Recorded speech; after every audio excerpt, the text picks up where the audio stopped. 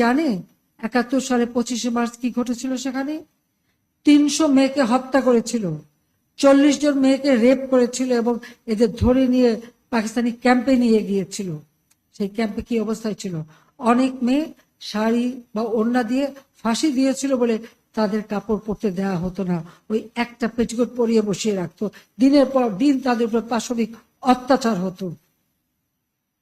তখন যখন তাদেরকে উদ্ধার করা হয়, এমনকি একজন আমাদের মিত্র শক্তি ভারতীয় একজন শিখ সৈন্য তার মাথার পাগড়ি খুলে ওই উদ্ধারকৃত মেয়েকে তার গায়ে পেঁচিয়ে তাকে উদ্ধার করে নিয়ে আসে। এটা একটা ঘটনা না, এরকম বহু ঘটনা। আমাদের মেয়েরা বসে থাকতো না, তারাও কিন্তু কাজ করত। পিরোজপুরের যে মেয়েটা, তাকে ধরে নিয়ে যায় ক্যাম্পে, রান্না করতো এবং তার উপর পাশবিক অত্যাচার হতো, কিন্তু ওরই ফাঁকে সে ওদের খবর নিয়ে সেই নদী সাঁতরে পার হয়ে রাত্রেবেলায় চিতলমারিতে যেয়ে সে মুক্তিযোদ্ধাদের কাছে খবর দিয়ে আসতো। ধরা পড়ার পরে তাকে গাড়িতে, দুটো গাড়ির সঙ্গে তার দুই পা বেঁধে সেই গাড়ি দুই দিকে টেনে তাকে ছিঁড়ে টুকরো টুকরো করে ফেলা হয়।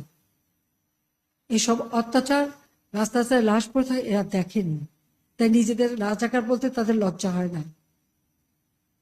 হ্যাঁ, আমাদের গেরিলা যুদ্ধ হয়েছে, এখানে কেউ শান্তি কমিটিতে, কেউ রাজার কমিটিতে ছিল, কিন্তু অনেকে মানুষের ক্ষতি করেনি। কিন্তু যে বাহিনীগুলি তারা তৈরি করেছিল, তাদের হাতে অস্ত্র দিয়েছিল এবং তাদেরকে দিয়ে মানুষের ক্ষতি করতো, অত্যাচার করতো এবং লুটপাট করতো, গণহত্যা চালাতো। তাদের বিরুদ্ধেই আমরা ব্যবস্থা নিয়েছি, তাদেরকে বিচার করে তাদের ফাঁসি, অনেকের ফাঁসিও দিয়েছি। তাদের বিচার করে এই যারা তাদের দ্বারা নির্যাতিত, তারা ন্যায় বিচার পেয়েছে।